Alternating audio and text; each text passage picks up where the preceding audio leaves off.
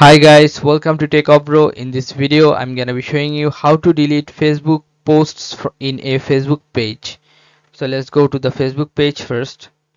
Make sure you are on your Facebook page, not your Facebook ID. So you have to click on account, which is top right corner profile icon. Then you will find your Facebook name and your Facebook page name. You have to click on your Facebook page name.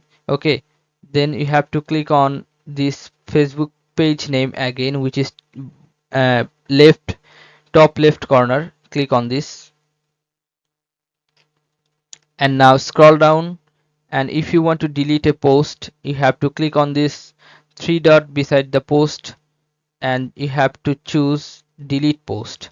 Click on delete post and it will ask you for the final confirmation. Now if you click on delete, the post will be deleted from your computer or from your Facebook page. So this is how you can do this, guys. If you find this video helpful, then please give a thumbs up and don't forget to subscribe the channel.